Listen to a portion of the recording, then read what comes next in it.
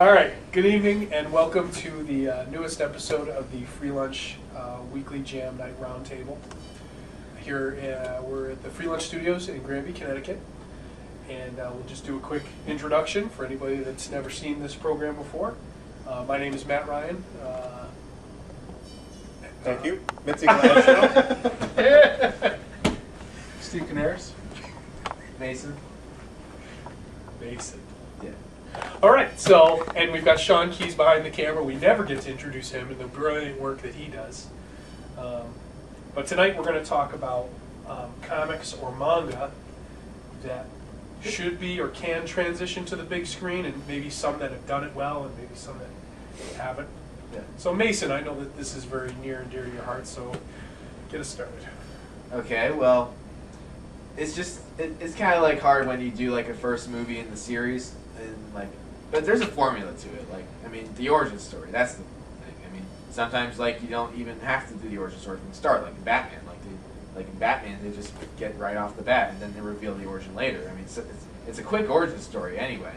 So it kind of depends on the origin story. Like in Spider-Man, like they had to develop that origin story from the beginning, and like play it out, and then get to the good stuff. Not that the origins are always good stuff, but you know what I mean. But So that's with the superhero genre, but like, what about a comic that's not a superhero comic, like Battle Royale,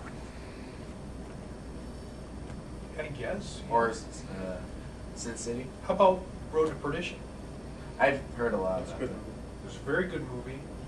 I've seen the comic book. I've never read it. Really? I've read the comic book. It was very well done, actually. This was part of that Paradox Press line that DC had done years ago in the 90s. Oh, I didn't know And, that. yeah, there was a couple of movies that came out of that line of work.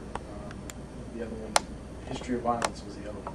Oh, I never knew that. Turned into a That's David interesting. Cronenberg movie. And those, I think, I think those were naturals because DC was trying for the mainstream crime reader. Yep.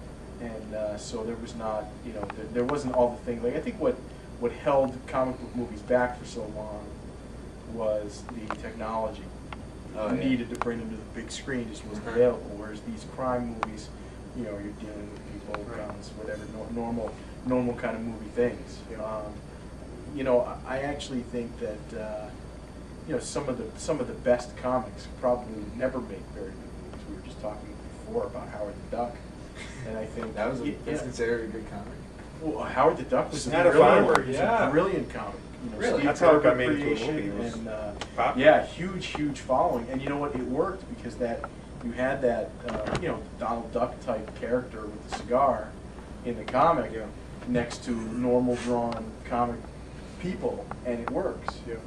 But General yeah, when storyline. they did the movie, it just I think they would have been better off doing like a Roger Rabbit type mix rather than try to do a live action puppet. If they had done an animated Howard in a real world, I'm that surprised you probably don't see would have more worked animated films when they try to do comic books.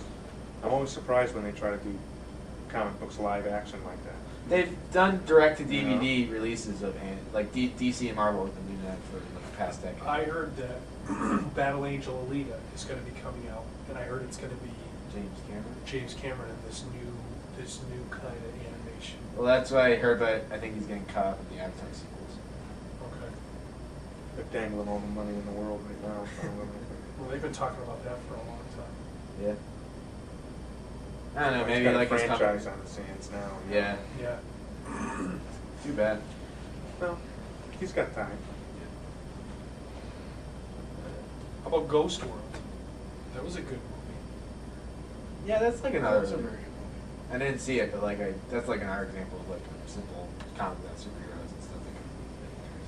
You want to talk about a far departure from the comic, the Mask comic, to the Mask movie. Oh yeah. Yeah. That would be see Why more of that. do you say more a big of departure? Well, I think the Mask comic was a lot more violent. And it was more serious, A lot I more think. dark. Yeah, it was.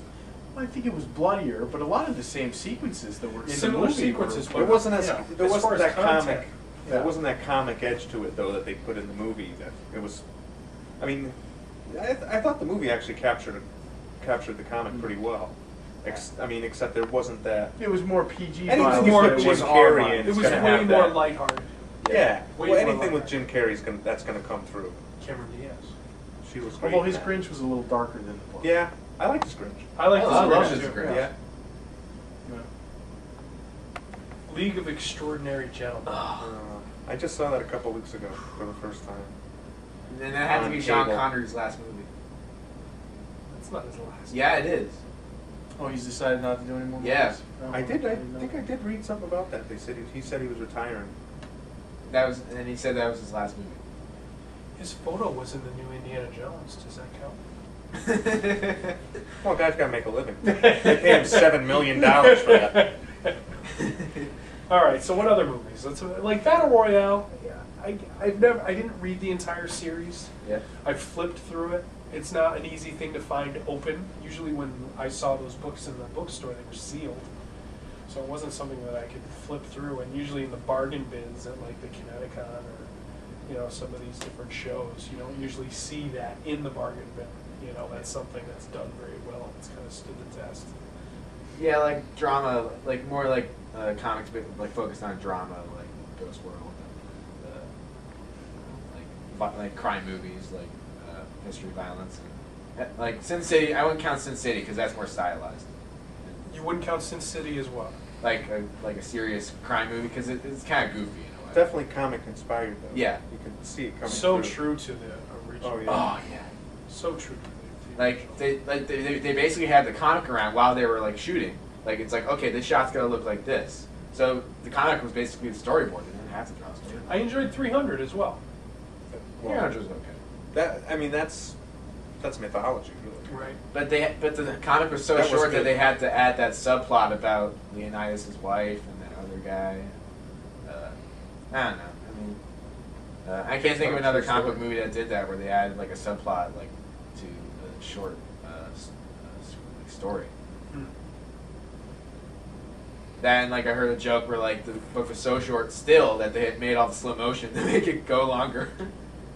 The series was It was a good 5 or 6 Yeah. issues, but it was very, there wasn't much. maybe 3 or 4 panels per page. Maybe No, not it wasn't that even. many. It was just from a pace standpoint. It was very, there wasn't much complexity in the plot. It was just basically a lot of battle. Right. Right. Well, I think and a lot of why comics don't maybe have that mass appeal for movies is that you know the end. A lot of people going in know exactly what's going to happen. Not necessarily. They know the lore and they know everything behind it. That I think that goes with like graphic novels, miniseries. No, like, I think for a Spider-Man proves it. I mean, pretty much everybody in our generation knows the story of Spider-Man, except we all went to see it Yeah. and see it on the big film, even though we knew exactly what was going to happen. And you knew the story. I mean, before you went in and sat down, you knew exactly what was going to happen. Well, you knew the origin story. I mean, Yeah.